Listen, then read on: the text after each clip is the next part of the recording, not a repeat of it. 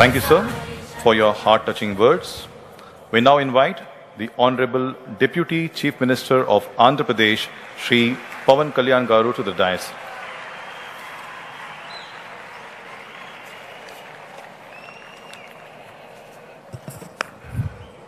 వేదిక పైన ఆసీనులైన ప్రత్యేకించి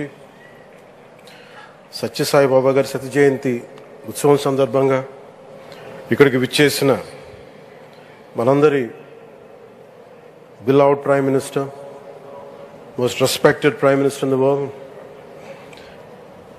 most respected leader in the global stage, Sri Narendra Modi గారికి నా హృదయపూర్వక నమస్కారాలు.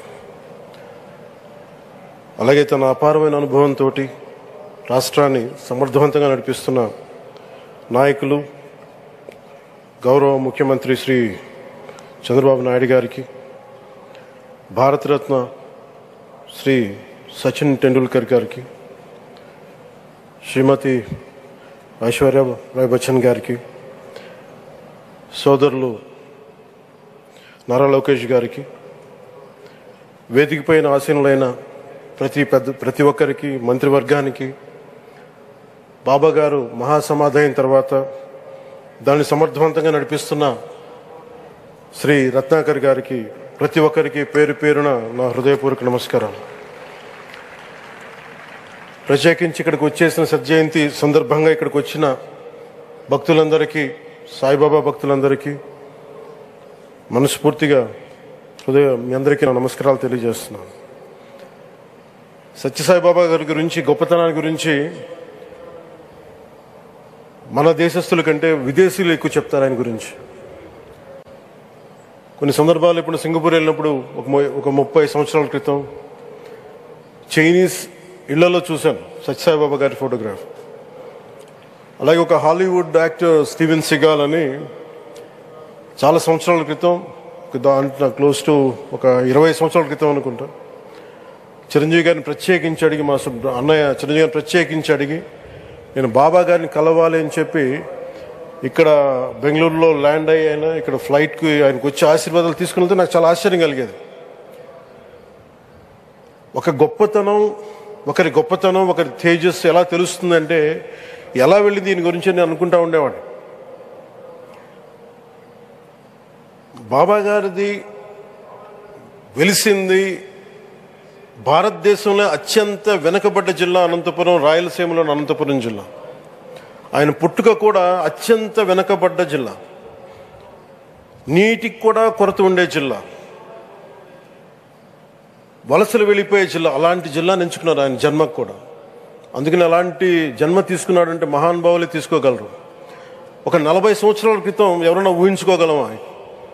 దేశ విదేశాల నుంచి చాలామంది భక్తులు, విదేశీయులు అందరూ వచ్చి దీని అభివృద్ధికి పాటుపడతారని. సో ఒక ఆధ్యాత్మిక తేజస్సు, విశ్వ ప్రేమ ఉన్న వ్యక్తుల వల్లే ఇది సాధ్యం. అలాంటి వ్యక్తుల కోసం ప్రత్యేకించి గౌరవ ప్రధానమంత్రి నరేంద్ర మోదీ గారికి ఇష్టమైనది ప్రజలందరికీ కనీసం ఒక 50 లీటర్ల నీళ్లు ఇవ్వాలి, అది రక్షిత మంచినీరు ఇవ్వాలి. అలాంటి పథకం, ఒక 50 లీటర్ల నీళ్లు కనీసం ఇవ్వాలి అనేది ఒక వ్యక్తికి ఆ సంకల్పం నరేంద్ర మోదీ గారు దీన్ని ముందుకు తీసుకొచ్చారు.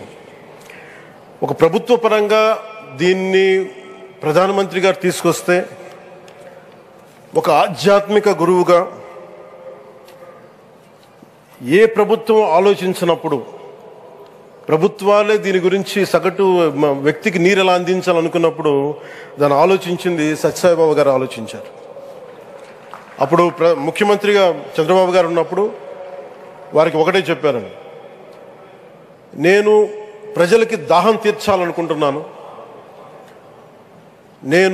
నాకు తెలిసిన భక్తులు, ఒక భక్తులు, ఒక ఆయన సింగిల్ హ్యాండెడ్గా 400 crores 400 కోట్ల రూపాయలు ఈ పథకానికి, సత్యసాయి ఈ పథకానికి ఇస్తాను, దాహం తీర్చే పథకానికి ఇస్తాను అంటే దానికి ఆ రోజున ప్రత్యేకించి అలాంటి పర్మిషన్స్కి వీటికి కొంచెం కష్టాలు ఉన్నప్పుడు గౌరవ ముఖ్యమంత్రి నారా చంద్రబాబు నాయుడు గారు వీటికి అండగా ఉండి ఈ సత్యసాయి ఈ దాహం తీర్చే ఈ పథకానికి అంటే మనం చెప్పాలంటే ఈ జల్ జీవన్ మిషన్ అంకురం సాయిబాబా గారు చేశారు ఇక్కడ.